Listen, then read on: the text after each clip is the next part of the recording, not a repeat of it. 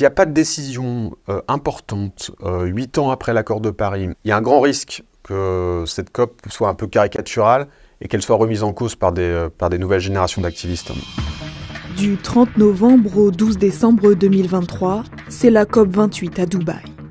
Pendant 2 semaines, les 197 États et l'Union européenne ont notamment une mission, rédiger le bilan des efforts réalisés depuis l'accord de Paris. Conclu en 2015, il engageait les pays à contenir le réchauffement climatique nettement en dessous de 2 degrés et à poursuivre l'action menée pour limiter la hausse à 1,5 degré. Une fois ce bilan acté, la COP28 doit fixer les prochaines étapes pour réduire nos émissions d'ici à 2030. Pour cela, il va falloir que tous les acteurs se mettent d'accord sur un texte, et ce n'est pas gagné. On vous explique les 3 points de discorde qui vont animer cette COP28.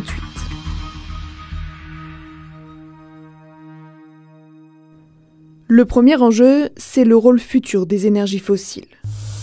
Il est d'autant plus sensible que cette COP a été très critiquée pour son lieu d'organisation, les Émirats arabes unis, 7e producteur de pétrole du monde.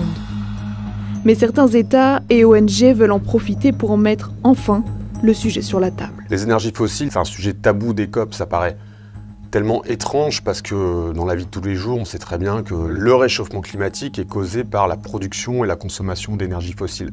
Mais pendant les COP, on n'en parle jamais, ou en tout cas on ne met pas le mot dans les accords finaux. Lors de la COP26 à Glasgow en 2021, les États avaient accepté d'abandonner progressivement l'utilisation du charbon, mais les autres énergies fossiles n'avaient pas été évoquées. Et c'est là l'ambition de certains acteurs comme l'Union européenne, qui insistent pour que les pays s'engagent à éliminer progressivement tous les combustibles fossiles. Clairement, c'est une ambition immense, on n'y arrivera pas.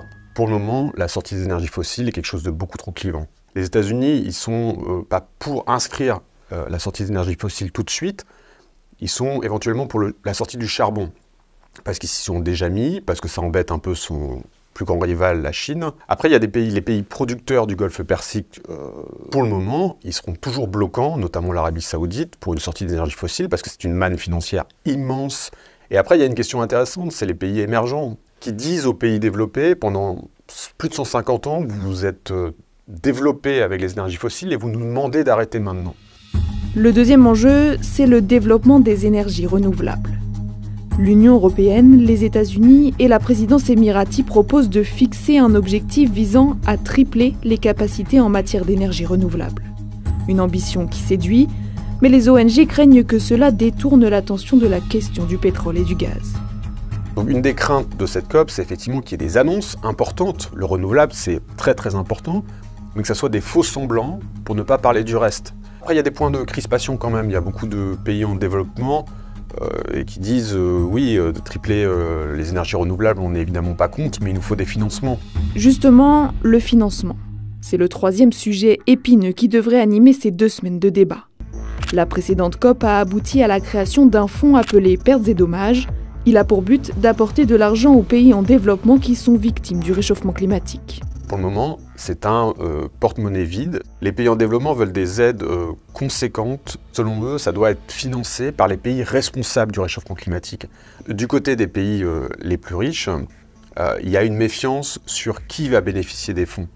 Derrière les débats qui se tiendront pendant 2 semaines à Dubaï, c'est aussi la future crédibilité des COP qui est en jeu. Si elle n'aboutit à rien, 8 ans après l'accord de Paris, alors qu'on n'est pas sur la trajectoire, aux Émirats arabes unis, dans un pays qui est producteur de pétrole, peut y avoir une remise en cause des COP. Dans sa dernière étude, l'ONU explique que la Terre est sur la voie d'un réchauffement de 2,5 à 2,9 degrés à la fin du siècle.